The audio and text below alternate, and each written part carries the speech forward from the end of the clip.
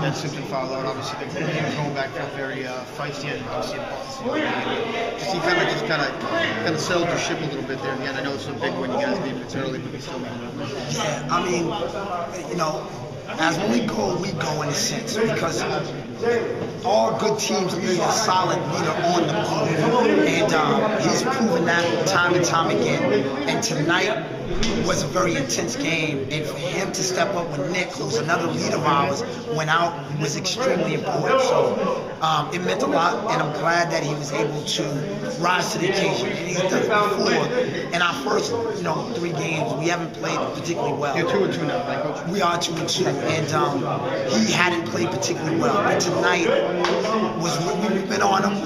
We've been trying to figure it out. It's interesting because we talked, let's figure it out. He's like, Coach, I don't know. But whatever it was, we figured it out today, and he really showed up and really did a great job. Coach, you mentioned Nick. I think he got injured in the Charlestown game. What was his status going into this game? What was the injury that he had? Minor injury with his leg. Minor. What was it? What was his leg? I don't know if he switched his knee or something with his leg. I don't know if it was knee or the ankle. But so we iced it and we relaxed it. We didn't go too hard in practice on him. But also we talked to Nick about his mental mentality and his mental approach to the game. And I think sometimes that affects him. So he was able to calm down and really come out and have a good game. Unfortunately, I think that one of the fouls on 12, Prince, went to Nick. We were keeping track on the bench because we know that Nick historically has somewhat of foul trouble. So we didn't think that was appropriate, but he went out, and he actually went out gracefully. And we knew that him and Davon and Mark had to step up, and Prince and Jason, big guy, I don't know what Jason Wiz, but our other big guy who rebounded the ball really well, made some layups.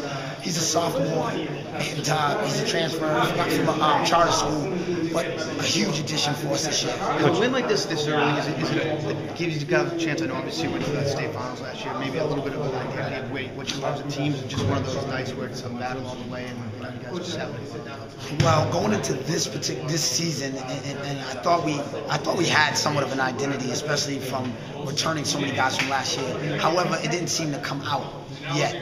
But this game was definitely a good identity game for us because we really want to make a big deal of playing defense, playing hard, and playing for each other. And if we use those fundamentals, those are the things that we said: play defense, play hard, and play for each other.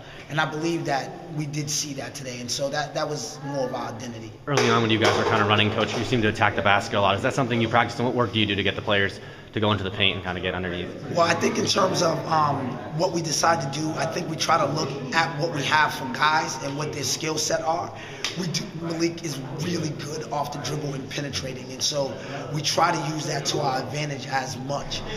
We have a couple of guys that can shoot the ball pretty well, so we figure if we can break down the defense, if they collapse, now we can kick it out. Maybe we get some open shots. But when a team is playing out on the team, it's extremely important for Malik to get to the basket and put the pressure on the defense to, maybe stop him a little bit.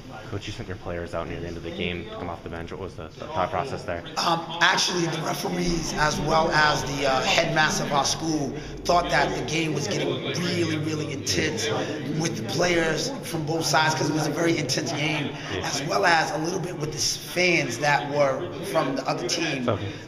They were close to our bench. So for safety reasons, the refs as well as the principal suggested that we not shake hands. We obviously always try to show good sportsmanship. However, for the safety of the guys and everyone in the building, they wanted to make sure that was diffused.